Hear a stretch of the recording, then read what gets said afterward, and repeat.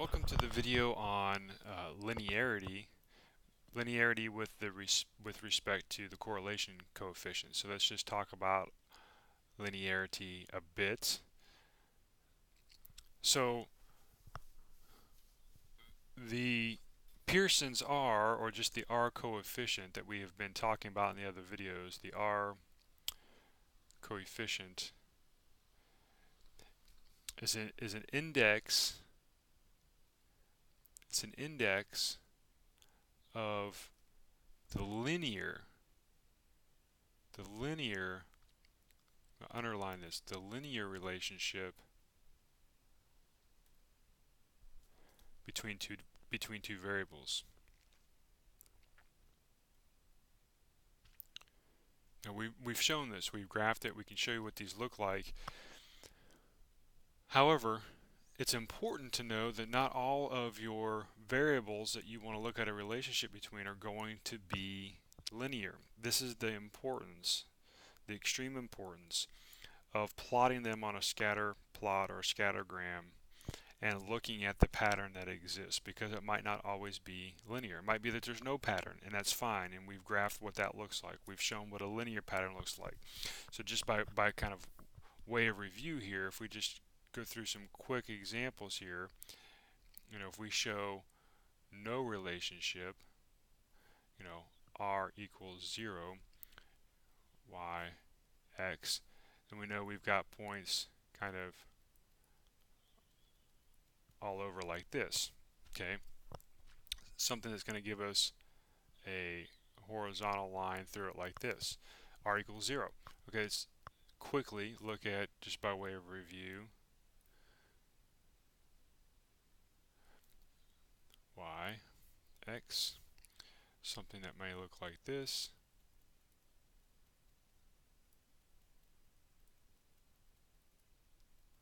This might be r equals, it's not all on the line, but it's forming a nice kind of oval pattern here. This might be r equals 0.8. Very strong relationship, but not all of the dots are on the line, and so we might see something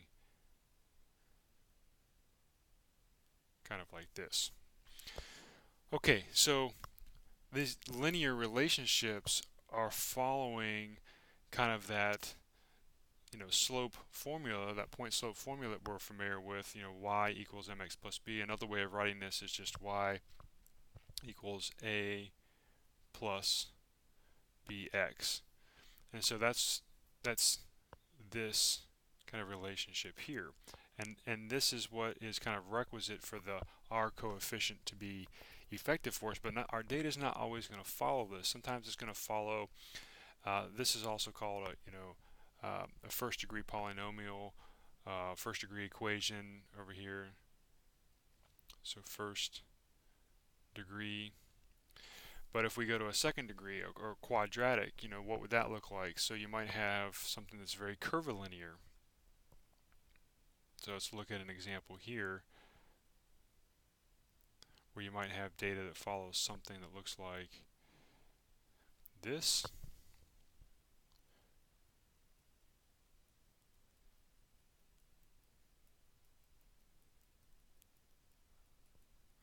So you're getting kind of this shape. Okay, or same relationship, but it could be in a kind of a different direction here. You might have something that looks like this.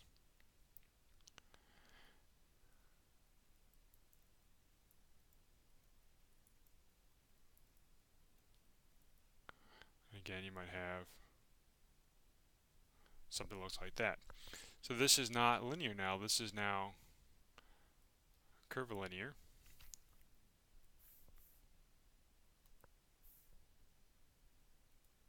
Curvilinear. It follows more of a second degree equation. It might look like y equals a plus bx plus cx squared. Okay, second degree. Don't worry about these equations. I'm just trying to be a little bit more detailed. What I'm concerned about is that you just know that the data could be following non-linear patterns, where you've got, linear patterns up here in row 1, you've got a quadratic curvilinear pattern here, and it could be that the data even takes on something that might be like a cubic function. Could kind of do this in row 3 here, where the data may look like, and this will be familiar to you from the cumulative frequency stuff that we did, but the data might look like this,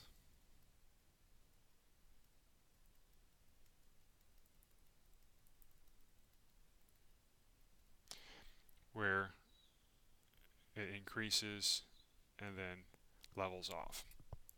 And something like this is still curvilinear, but it's following more of a cubic function, which would be y equals a plus b x plus c x squared plus d x cubed, and this would be that third degree equation. So it's the kind of the take-home message of this video is the correlation coefficient works for linear data, which is what we're seeing up here in example 1. And bring this back down.